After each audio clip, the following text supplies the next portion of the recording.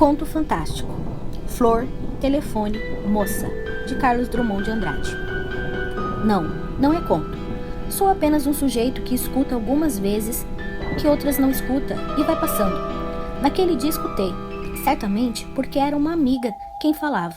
E é doce ouvir os amigos, ainda quando não falem, porque amigo tem o dom de se fazer compreender até sem sinais, até sem olhos. Falava-se de cemitérios, de telefones, não me lembro. De qualquer modo, a amiga, agora me recordo que a conversa era sobre flores. Ficou subitamente grave. Sua voz murchou um pouquinho. Sei de um caso de flor que é tão triste. E sorrindo. Mas você não vai acreditar, juro. Quem sabe? Tudo depende da pessoa que conta, como do jeito de contar. Há dias em que não depende nem disso. Estamos possuídos de universal credulidade. E daí, argumento máximo, a amiga asseverou que a história era verdadeira. Era uma moça que morava na rua General Polidoro, começou ela, perto do cemitério São João Batista. Você sabe, quem mora por ali, queira ou não queira, tem de tomar conhecimento da morte. Toda hora está passando enterro, e a gente acaba por se interessar. Não é tão empolgante como navios ou casamentos ou carruagem de rei, mas sempre merece ser olhado. A moça, naturalmente, gostava mais de ver passar enterro do que não ver nada. E se fosse ficar triste diante de tanto corpo desfilando, havia de estar bem arranjada. Se o enterro era mesmo muito importante, desses de bispo ou de general, a moça costumava ficar no portão do cemitério para dar uma espiada. Você já notou como as coroas impressionam a gente? Demais! E há a curiosidade de ler o que está escrito nelas. Morto que dá pena é aquele que chega desacompanhado de flores, por disposição de família ou falta de recursos, tanto faz. As coroas não prestigiam apenas o defunto, mas até o embalam. Às vezes, ela chegava a entrar no cemitério e acompanhar o préstimo até o lugar de sepultamento. Deve ter sido assim que adquiriu o costume de passear lá por dentro. Meu Deus, com tanto lugar para passear no rio! E no caso da moça, quando estivesse mais amolada, bastava tomar um bonde em direção à praia, descer no mourisco, debruçar-se na amorada. Tinha o mar à sua disposição, a 5 minutos de casa. O mar, as viagens, as ilhas de coral, tudo grátis. Mas por preguiça, pela curiosidade de enterros, sei lá por quê, deu para andar no São João Batista, contemplando o túmulo. Coitada. No interior isso não é raro, mas a moça era do Botafogo. Ela trabalhava em casa. Não me interrompa. Você não vai me pedir certidão de idade da moça, nem sua descrição física. Para o caso que estou contando, isso não interessa.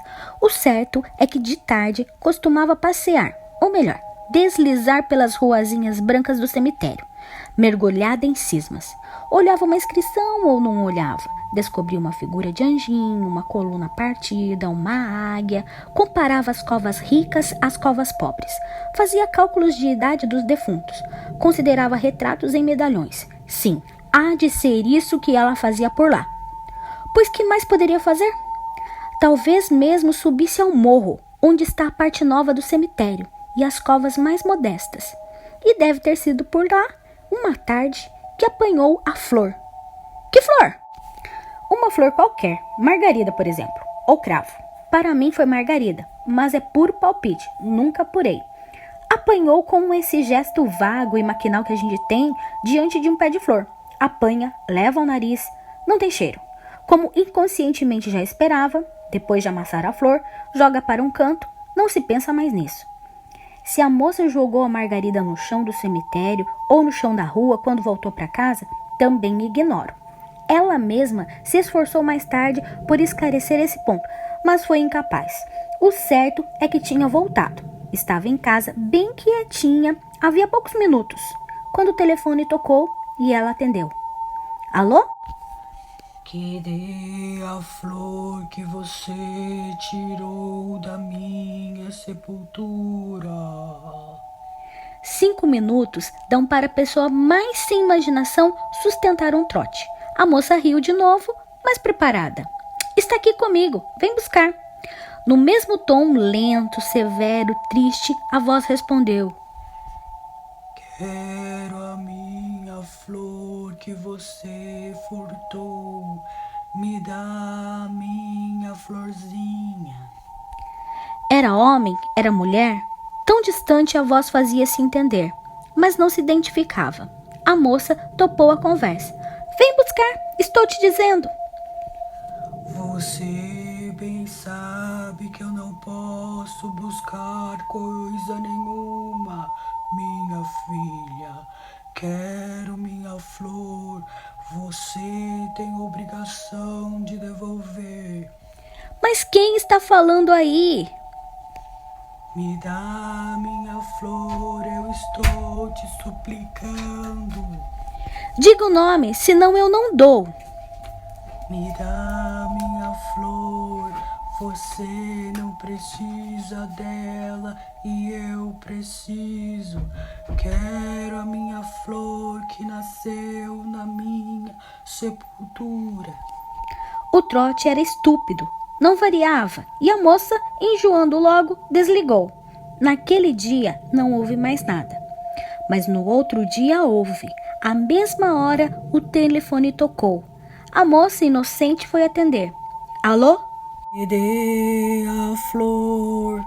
Não ouviu mais. Jogou o fone no gancho irritada. Mas que brincadeira é essa? Irritada, voltou à costura. Não demorou muito, a campainha tinia outra vez. E antes que a voz lamentosa recomeçasse: olhe, vira a chapa, já está pau. Você tem que dar conta da minha flor, retrucou a voz de queixa. Pra que foi mexer logo na minha cova? Você tem de tudo no mundo.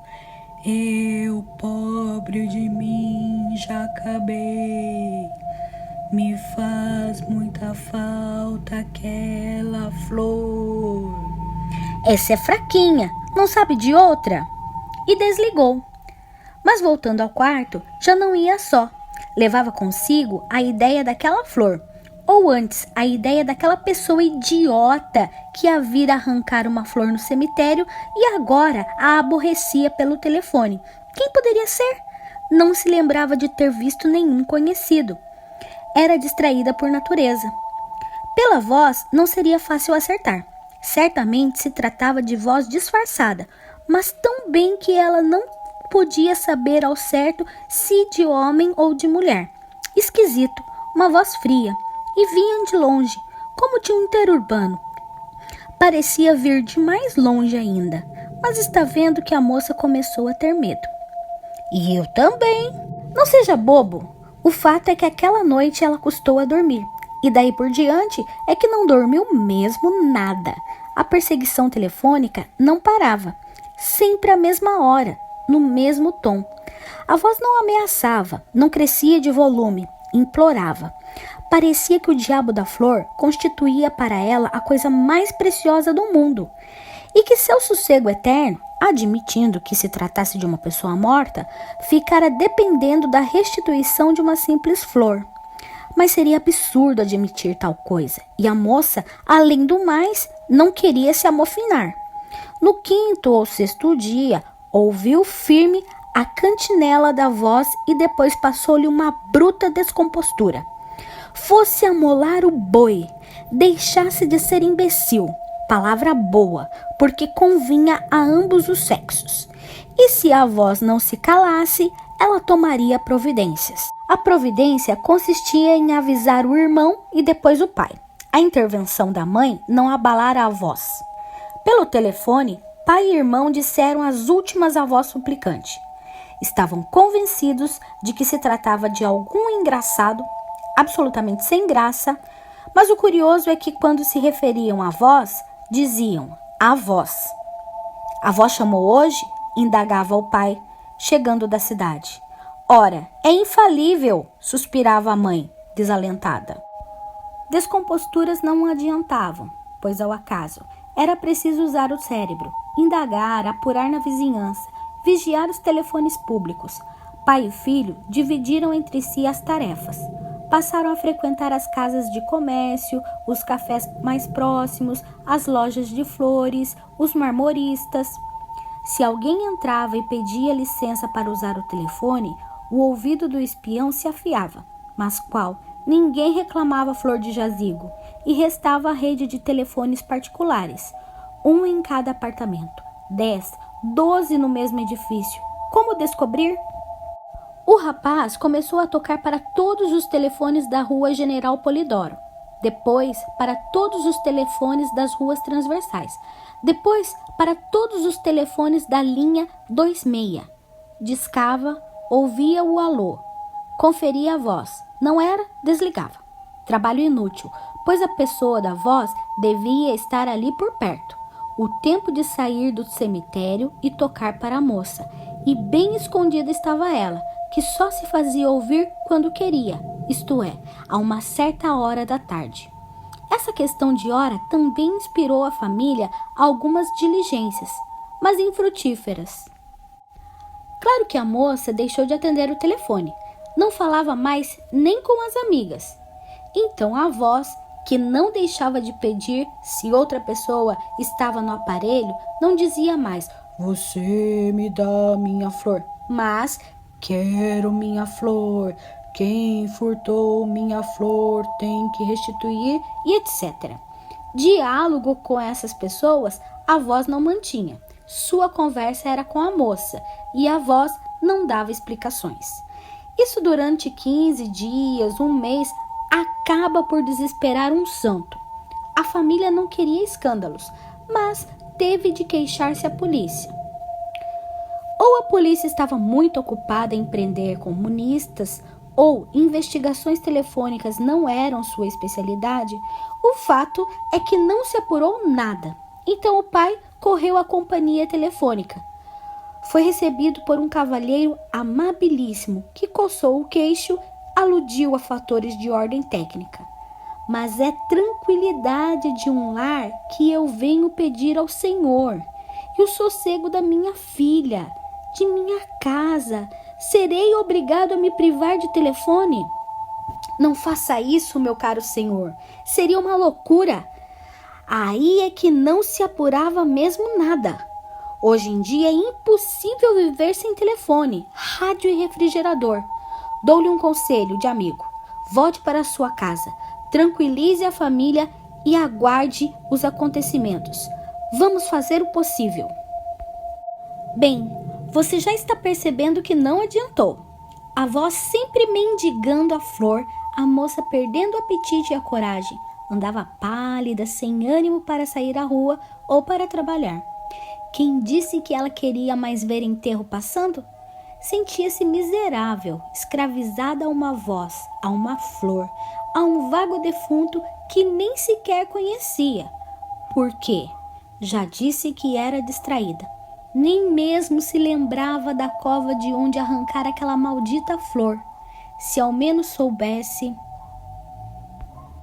O irmão voltou de São João Batista dizendo que do lado por onde a moça passeara aquela tarde havia 5 sepulturas plantadas.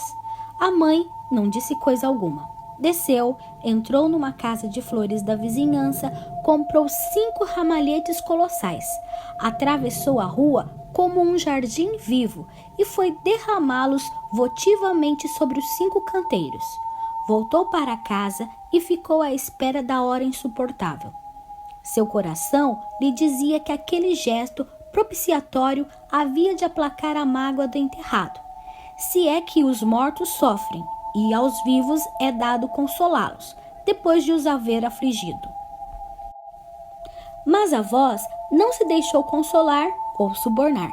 Nenhuma outra flor lhe convinha senão aquela, miúda, amarrotada, esquecida, que ficara rolando no pó e já não existia mais.